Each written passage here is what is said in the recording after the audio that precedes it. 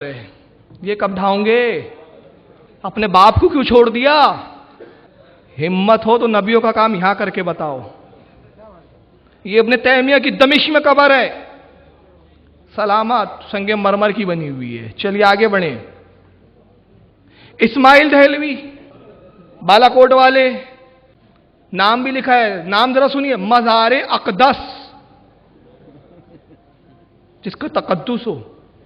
تمہارے ان خبیثوں کا تقدس باقی، فاطمہ کا تقدس تمہیں نظر نہیں آیا، خاتون جنت کا؟ نبی کے چچا عباس کا تقدس نظر نہیں آیا؟ نبی کے نواسوں کا تقدس نظر نہیں آیا؟ بلڈوزر چلا دیا بالا کوٹ میں۔ اس پر کب بلڈوزر چلانے کی تیاری ہے مجھے بتاؤ؟ معراج خبیث، ہمت ہو تو پہلے اس کو ڈھا کے بتا، اس کو بم سے اڑا۔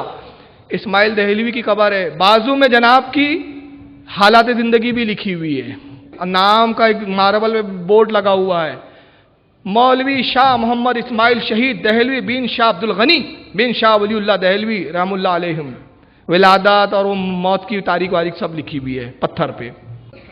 قبر کا اونچائی ذرا ملاحظہ کیجئے، کتنی قبر اونچی ہے، اسٹیپ گنیے آپ، 1 2 3 4 اسٹیپ میں بنی ہے، اوپر پھر مٹی اور اس پر پھر گھاس بھی اگائی گئی ہے۔ آپ پھول چڑھا دو، بدعت، گھاس اگا دیا انہوں نے، اس کو بھی بم سے اڑاؤ بھائی۔ چلیے آگے بڑھیے، آئینہ دیکھتے جائیے آپ۔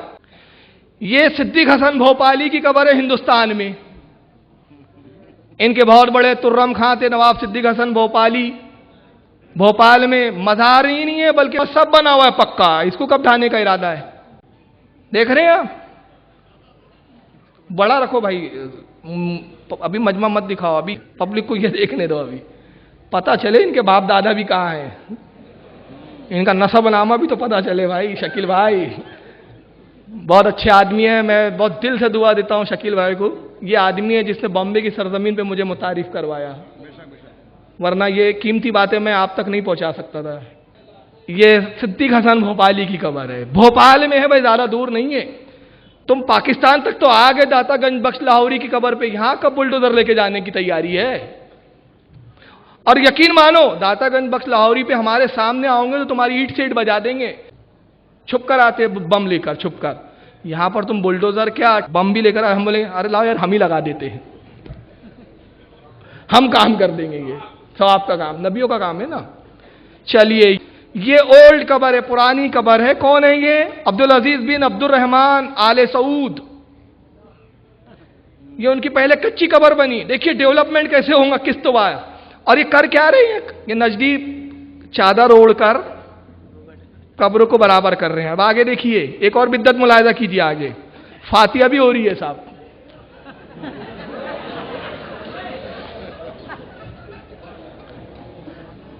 فاتحہ بھی ہو رہی ہے، سب جائز ہو گیا یہاں پر۔ اور وہ توسیع وہاں بغل میں بیٹھا ہے، یہ نجد کے عیاش نظر نہیں آ رہے ان کو، اس کو ہندوستان کی غریب نواز داتا گنج لاہوری قبریں بڑی کھل رہی ہے۔ چلیے آگے بڑھیے۔ اب یہ دیوبندی حضرات ہے، بے نظیر بھٹو کی قبر پہ فاتحہ پڑھنے چلے گئے مولانا صاحب، دیوبند کے پاکستان کے مولانا ہے، اور وہ عورتیں قرآن خوانی کر رہی ہے وہاں پر۔ اب یہ ویڈیو دکھانے سے پہلے میں ایک چیز بتا دیتا ہوں، یاد دلا دیتا ہوں، جو حجاج اکرام ہیں ان کو پتہ ہے، جب ہمارے حجاج جاتے ہیں اور محبت رسول میں جالی چومنا چاہتے ہیں، پولیس والا بولتا ہے ہاں جی شرک، رسول اللہ کے روضے کی طرف ہاتھ کر کے دعا کریں گے تو وہ چلاتا ہے کعبے کی طرف، قبلہ الا قبلہ، ہاں جی قبلے کی طرف، وہ روضے رسول کی طرف نہیں۔ لیکن عبداللہ بن عبدالعزیز جو اس وقت کے بادشاہ ہے، وہ جب روضہ رسول پر جاتے ہیں تو رسول اللہ کی جالیوں کے سامنے ہاتھ رکھ کے باقاعدہ گھنٹوں دعا کرتے ہیں، مگر معراج توصیف ان کو مشرک کہتے ہوئے جھجکتے کیونکہ ڈنڈو پڑ جائیں گے۔ السلام علی رسول اللہ صلی اللہ یہ دیکھیے رسول اللہ کے روضے میں فاتحہ پڑھ رہا ہے وہ۔ رضی اللہ عنہما وقد رافق خادم الحرمين الشريفين في زيارته للمسجد النبوي الشريف صاحب السمو الملكي الأمير نايف بن عبد العزيز النائب الثاني لرئيس مجلس الوزراء وزير الداخلية وصاحب السمو الملكي الأمير ممدوح بن عبد العزيز۔ تو یہ ویڈیو سے یہاں تک تو آپ کے سمجھ میں آ گیا کہ یہ نصیحتیں سب دوسروں کے لیے ہیں، اپنے لیے کچھ بھی نہیں ہے۔ تو یہ سب قبریں ان کی آج بھی موجود ہے، اور بھی قبریں ہیں۔ جنت البقیع میں وہاں فوٹو نہیں لینے دیا جاتا ہے، ہمارے ایک عزیز گئے تھے، بہت کوشش کی، جنت البقیع کا ایک پچھواڑے کا حصہ ہے، وہاں سب بادشاہوں کی پکی قبریں بنی ہوئی ہیں ان کے، یہ پہلے دوسرے تیسرے چوتھے پوری خاندان بیٹھی ہوئی ہے وہاں۔ لیکن وہ فوٹو نہیں لینے دیتے. انشاءاللہ اگر وہ فوٹو مل جائیں گے تو کسی پروگرام میں وہ بھی آئینے کے طور پر دکھا دوں گا میں. مگر آئیے، قبروں کا، ان کو بزرگوں کی قبروں کا ادب نہیں ہے. اور کتنے بے ادب جماعت ہیں، ان کی بے ادبی کا ملاحظہ ایک منظر دیکھیں آپ. یہ مسجد نبوی میں بیٹھا ہے خبیث، پیر قبلے کی طرف ہے، قرآن ایسے پڑھ رہا ہے. یہ بے ادب لوگ ہیں. یہ حرم میں بیٹھے ہوئے ہیں، یہ کعبۃ اللہ کی طرف پیر ہے، قرآن بیچ میں رکھا ہوا ہے. یہ بھی حرم میں دوسرا بیٹھا ہے. یہ سب نجدی خبیث بیٹھے ہیں، عقلوں پہ پردے پڑے ہوئے ہیں. اب میں بخاری کی ایک زبانی حدیث سنا دیتا ہوں. انس ابن مالک سے روایت ہے، جلد نمبر 1. حضرت انس ابن مالک کہتے ہیں کہ اللہ کے نبی صلی اللہ علیہ وسلم ایک مرتبہ مسجد نبوی میں تشریف لائے، دیکھا قبلے کی طرف کسی نے تھوک دیا تھا، دیوار پہ آپ نے تھوک کو دیکھا.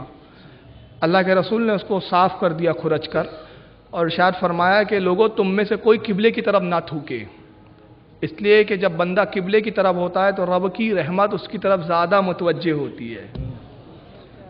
قبلے کا احترام ہے. امام بخاری رحمۃ اللہ تعالیٰ علیہ ایک محدث کے پاس جاتے ہیں حدیث لینے کے لیے. 15 دن کا سفر کیا امام بخاری نے، اور اس محدث کے پاس جب پہنچنے کے بعد کہا کہ مجھے آپ سے ایک حدیث لینا ہے، میں نے سنا ہے کہ آپ کسی سے روایت کرتے ہیں، اپنے جد میں سے کسی سے، وہ حدیث مجھے سنائیے. انہوں نے کہا پہلے ہم نماز پڑھتے، اس کے بعد میں حدیث سناتا ہوں. نماز کے لیے نکلے، قبلے کی طرف منہ کر کے تھوک دیا. امام بخاری نماز پڑھ کے فارغ ہوئے، گھوڑے پہ زین کستے ہیں اور جانے لگتے ہیں. انہوں نے کہا کہ آپ حدیث کے لیے حدیث نہیں سنیں گے؟ آپ نے فرمایا جو قبلے کا احترام نہیں کر سکتا وہ اس لائق نہیں کہ اس سے حدیث بھی لی جائے. میں حدیث نہیں لوں گا. 15 دن کے سفر کی پرواہ نہیں کی. یہ علماء کا عمل تھا، یہ رسول اللہ کی حدیث تھی. مگر یہ بد عقیدہ، بے عمل، بد دماغ، بد عقل، بے ادب، با نصیب اور بے ادب بد نصیب. چلیے آئیے، اب ایک چیز اب حیرت زدہ رہ جائیں گے. کعبے کا تو احترام ایک الگ چیز تھی، قبلے کا احترام تو الگ چیز تھی، نماز کا بھی احترام نہیں ہے ان کے ہاں. یہ مسجد نبوی کا ڈائریکٹ لائی ہوتا ہے، آپ کو معلوم ہے. یہ ایک وقت لائی ہو رہا تھا تو ہمارے کسی بھائی نے اس کو کاپی کر لیا. مغرب کی نماز ہے، وہاں لکھا ہوا بھی آ رہا ہے نقل صلاۃ المغرب من المسجد النبوی شریف. یہ مسجد نبوی شریف کی ڈائریکٹ لائی ہو رہی ہے مغرب کی نماز. امام مسجد نبوی کا کیا کر رہا ہے ذرا دیکھیے اس کو. اللہ اکبر، اللہ اکبر. غور سے دیکھیے.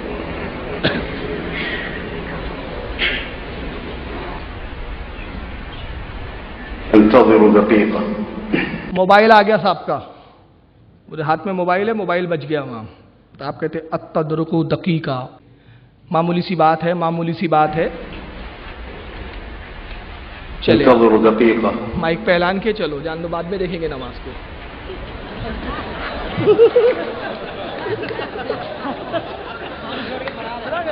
مقتدی کھڑے ہیں، کب آتے امام صاحب؟ اب انتظار ہو رہا ہے.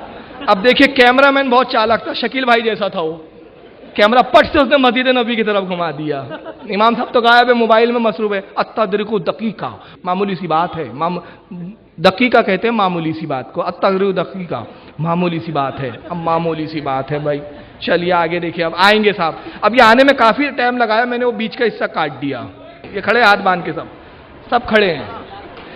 اچھا ایک بات اور سن لے، یہ بڑی مارکت العرا بات پکڑ میں آئی ہے. یہ پوری دنیا کو سینے پہ ہاتھ باندھنے کی تلقین کر رہے ہیں، سب ناپ پہ ہاتھ باندھے ہوئے کھڑے ہیں. سمجھ رہے آپ؟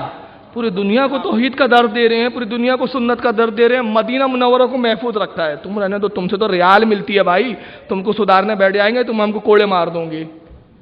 سب ناپ پہ ہاتھ باندھ کے کھڑے ہوئے. اب تشریف لائے امام صاحب. کیا کہتے ہیں؟ السو، غلطی کی اصلاح. السو کے معنی غلطی ہوتے ہیں. السو. اللہ اکبر، اللہ اکبر. اب اندازہ لگا رہے ہیں، یہ مسجد نبوی کے امام صاحب نبی کی مسجد میں امامت کر رہے ہیں اور نماز کا احترام نہیں ہے. موبائل کا امپورٹنس ہے ان کے پاس.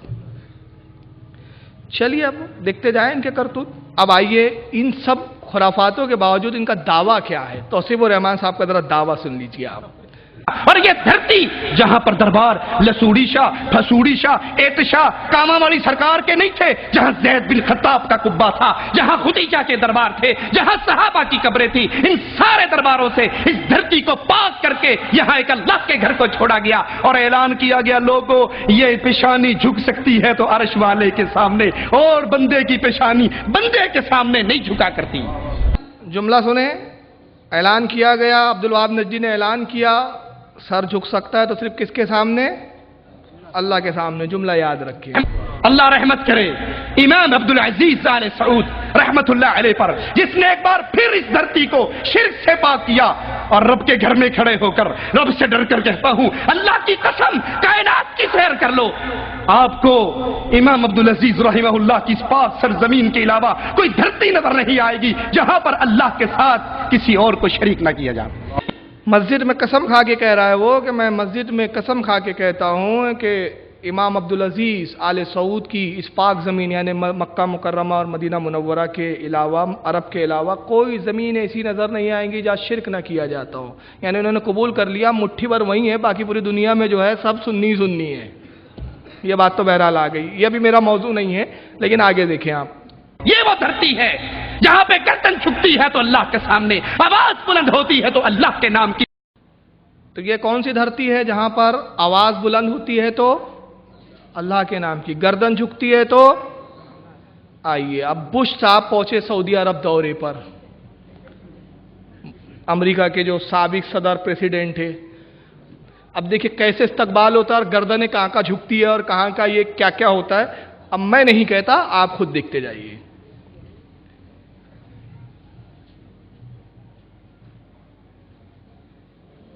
may remember back in صاحبزادی تک تو ٹھیک تھا، ابا حضور بھی کچھ کم نہیں ہے۔ یہ عبداللہ بن عبدالعزیز ہے، سعودیہ کے بادشاہ سلامت ہے، اس وقت کنگ ہے۔ قرآن چھپتا ہے، خادم الحرمین شریفین کے خطاب سے نوازا جاتا ہے، حرمین شریفین کے خادم۔ قرآن چھپتا ہے، مفت میں ملتا ہے، حاجیوں کو مفت دیا جاتا ہے، تو فتن اس پہ ان کا نام پرنٹڈ ہوتا ہے۔ اللہ کی یہ زمین ہے جہاں پہ شرک نہیں ہوتا، گردن نہیں جھکتی، مگر وہاں کے یہ بادشاہ سلامت کیا کرتے ہیں؟ 2005, President Bush kissed. 2005, President Bush kissed. نہیں صاحب، گردن نہیں جھکتی، چمہ چاٹی ہوتی ہے۔ بش کو چومنا چاہیے۔ اور ایک جملہ بڑھا دیتا ہوں بھائی میں، حنیف بھائی، سور کھانے والوں کو لبوں کو چومنے کا کیا حکم ہے؟ یہ سور کھانے والے لوگ ہیں بھائی، ان کے یہاں سور حلال ہے، یہ انگریز ہے، تب بھی توحید سلامت ہے۔ قبروں کو آپ چوم لے، شرک شرک شرک شرک شرک، قبروں کو چومنا شرک، بش کو چومنا توحید۔ Abdullah of Saudi Arabia, and then held